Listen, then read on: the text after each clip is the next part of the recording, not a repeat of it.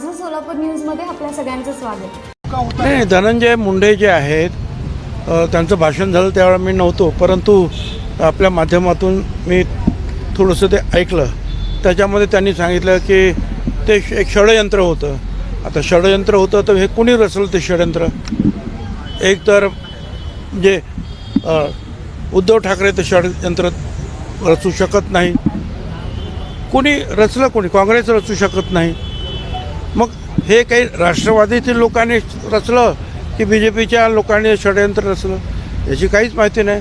मला एवढं मात्र आठवतं की त्यावेळेला मीटिंग सुरू होत्या आणि म्हणजे काँग्रेस, उद्धव ठाकरे आणि पवारसाहेब, आणि याच्यामध्ये खरगे जे आहेत काँग्रेसचे त्यांचं आणि पवारसाहेबांचं काहीतरी थोडासा वाद झाला आणि पवारसाहेब रागानं निघून गेले. आणि त्याच्यानंतर काही प्रमुख मंडळीची मीटिंग जी आहे ह्या चालल्याच होत्या आमच्या राष्ट्रवादीच्या. त्याप्रमाणे 8 वाजता एका ठिकाणी मीटिंग्स बोलवली गेली, परंतु त्या मीटिंगला अजितदादा काय हजर नव्हते. म्हटलं कुठे कामामध्ये अडकले असते. दुसऱ्या दिवशी जे आहे जेव्हा टी व्ही लावले 8-9 वाजता त्यावेळेला लक्षात आलं की अजितदादांचा शपथविधी झालेला आहे. मी ताबडतोब पवारसाहेबांकडे गेलो. त्या पवारसाहेबांनी तोपर्यंत उद्धव ठाकरेंना पण फोन केला होता आणि सांगितलं होतं की आपण मजबूतीने उभं राहिलं पाहिजे काय, आणि हा प्रयत्न जे काही झालेला आहे काय हे होणार नाही याची आपण काळजी घेण्यासाठी कामाला लागूया. मी त्यानंतर आम्ही सगळे गेलो. आता आम्हाला काही कल्पना नव्हती असं काय अगोदर कोणाचं ठरलं नाही ठरलं काय, अचानकच हे सगळं झालं.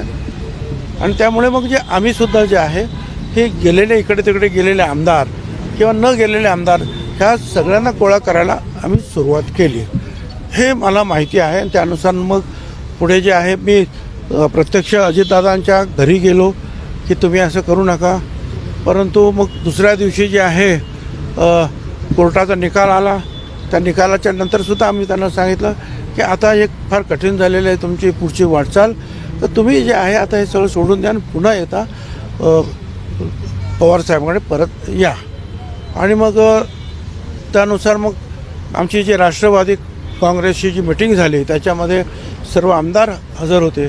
त्यावेळेला मीच ठराव मांडला की अजितदादा ठीक आहे चुकले असतील, परंतु त्यांना परत आपल्या पक्षामध्ये आपण घेतलं पाहिजे. आणि त्याच्यानंतर मग अजितदादा त्या मिटिंगमध्ये सुद्धा त्यांना आणण्यात आलं आणि सगळ्यांनी त्यांचं स्वागत केलं. आणि एवढंच नाही तर उपमुख्यमंत्री कुणाला करायचं यावेळेला सुद्धा जे आहे मी सांगितलं अजितदादांनाच उपमुख्यमंत्री करा, हे सुद्धा मी सांगितलं.